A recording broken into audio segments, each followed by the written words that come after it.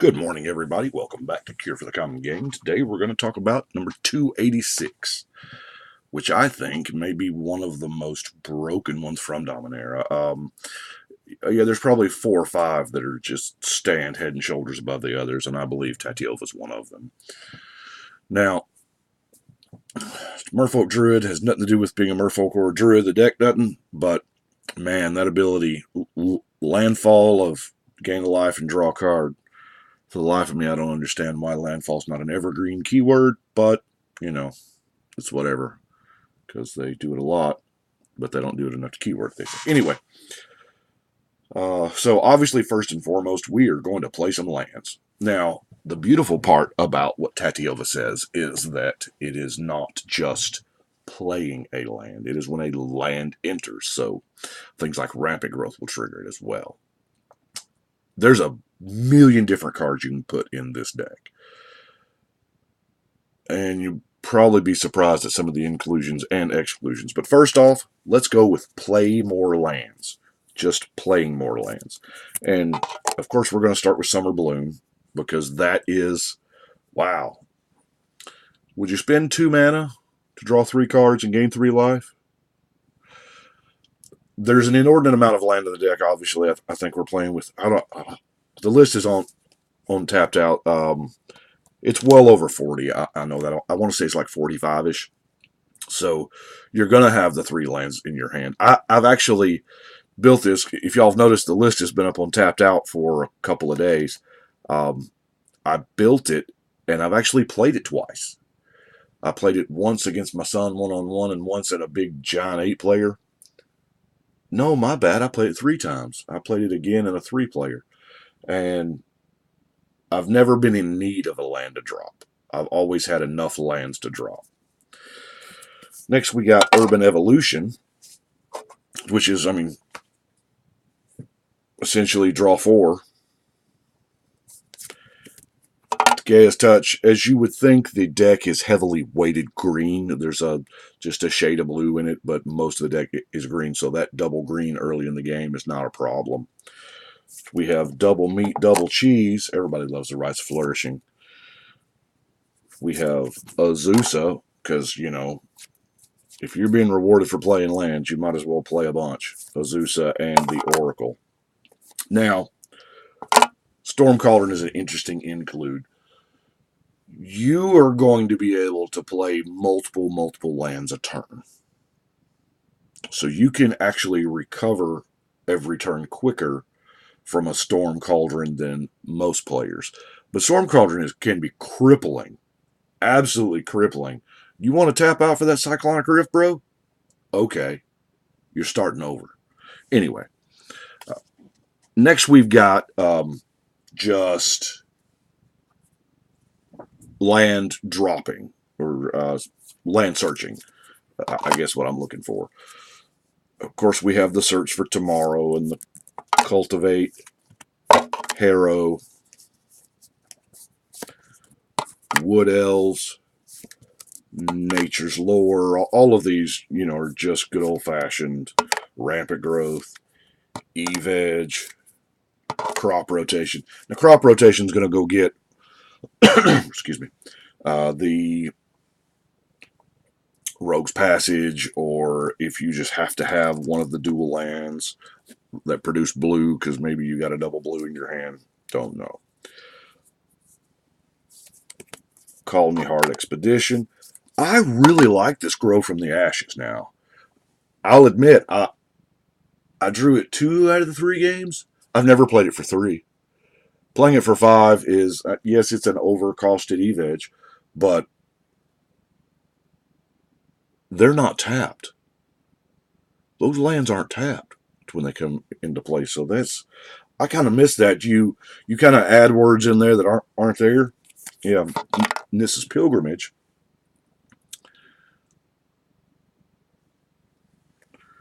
Coiling Oracle. I like me some Broken Bond. Y'all know that. Utility here serves double purpose.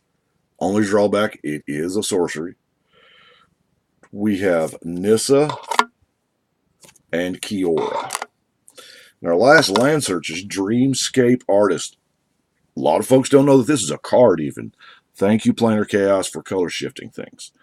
Now, while it looks bad, it looks really bad because you have to spend 3 mana and discard a card and sack a land.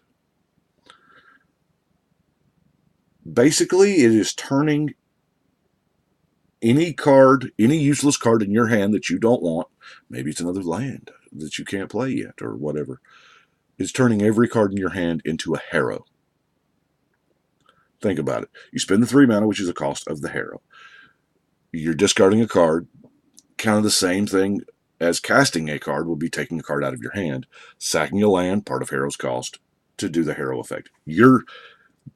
This is an every turn blue harrow. Wow.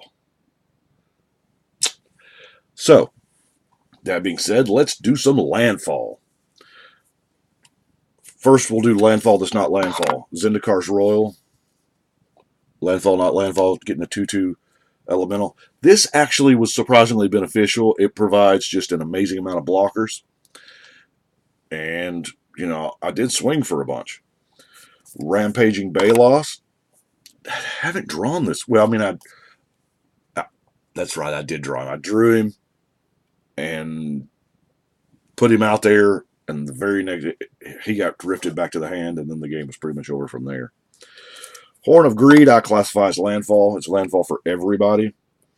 By the way, maybe the next time we go back to Zendikar, we'll have reverse Landfall. Like you get a benefit when an opponent plays a land. That's a cool design. Architect of the Untamed. There's no other energy in the deck. I was looking for a body. He's really, really okay. You are playing a lot of lands. If you get him, I don't know, I hadn't drawn him. He's probably a placeholder for something better. Maybe a Boundless Realms. Roll Elemental, because I want to, control magic the board. Let's look at some weirdo win cons here. Psychosis Crawler, because drawing cards is a thing. At the end of each turn, I was like, okay, I really need a no max hand size. So this is a deck that I do need a Reliquary Tower in. Black Blade Reforged, equipped to any creatures, pretty sick. Of course, our general. That way you only got to deal 21 instead of the full life total. Do have the Rogue's Passage, obviously. Multani is really, really pretty sweet. I am running Killer Bees, because y'all know I love me some Killer Bees, and it is a win condition. It is a whole lot like a rocket launcher. Love it. It does do some, flying, blocking as well.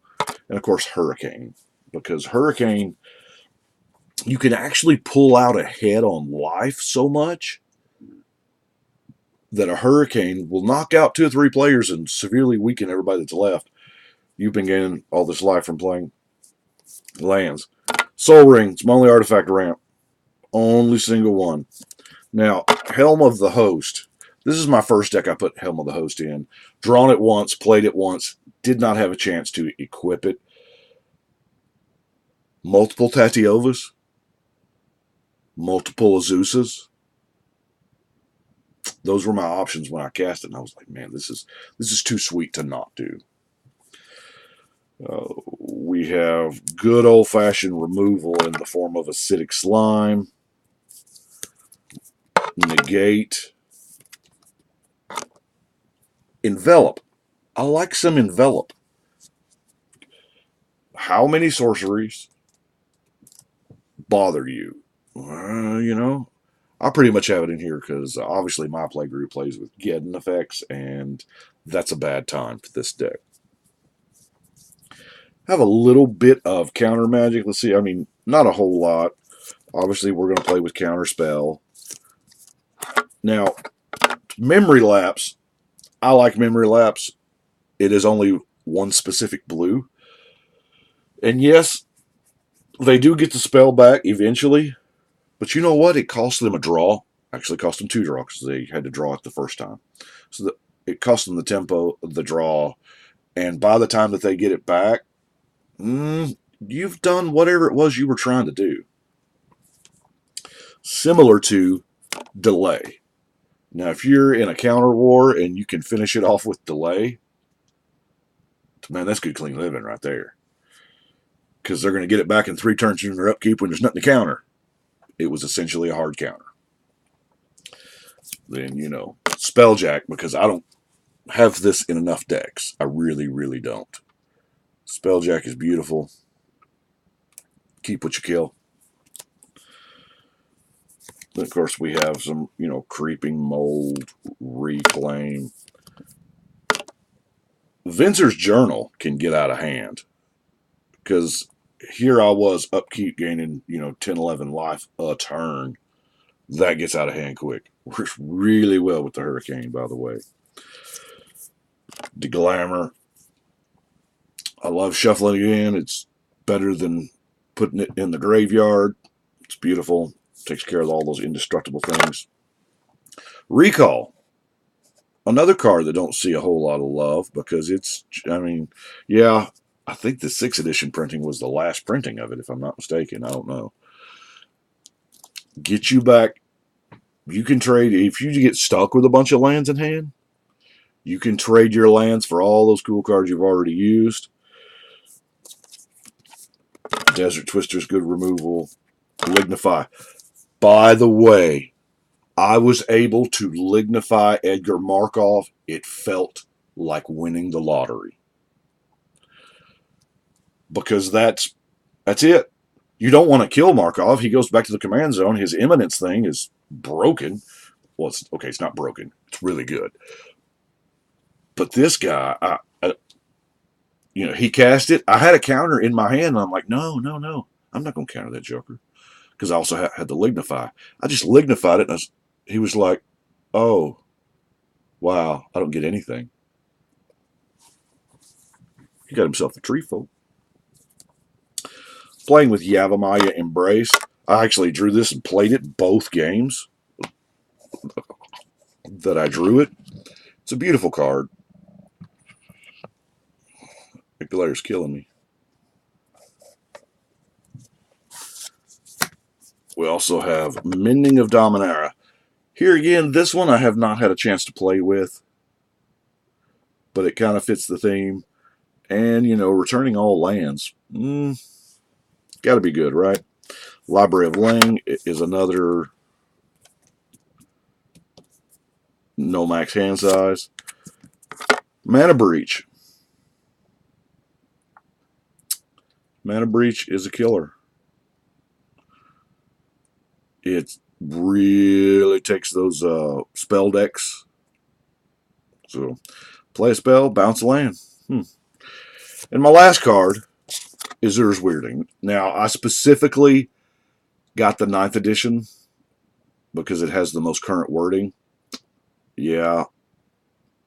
It does not work with Library of Ling the way you think it does, because the older versions of Ur's Weirding say that card is discarded. It's actually not. It doesn't go to the hand to get discarded. It goes to the library, or it goes to the graveyard straight from the library. So, if I thought about playing Gaz Blessing for that purpose, but there again, nobody's going to pay the 2 life to make you discard. If a player, any other player, yeah. Nobody's going to make you, just sure, you can have the Gaz Blessing, you're not getting all your junk back. But I love Ur's Weirding. This doesn't look like a life gain deck, but if you're gaining 2, 3, 5 life a turn, and eventually you find that Vincer's Journal, wow. It's really good. But like I said, it does not work with Library of Ling. There's kind of a sad face, but it is beautiful.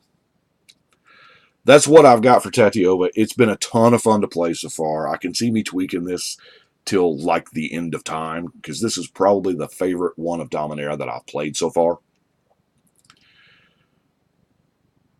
I do appreciate y'all watching. Y'all let me know what you think. But right now, I think we'll shuffle and cut and go to work.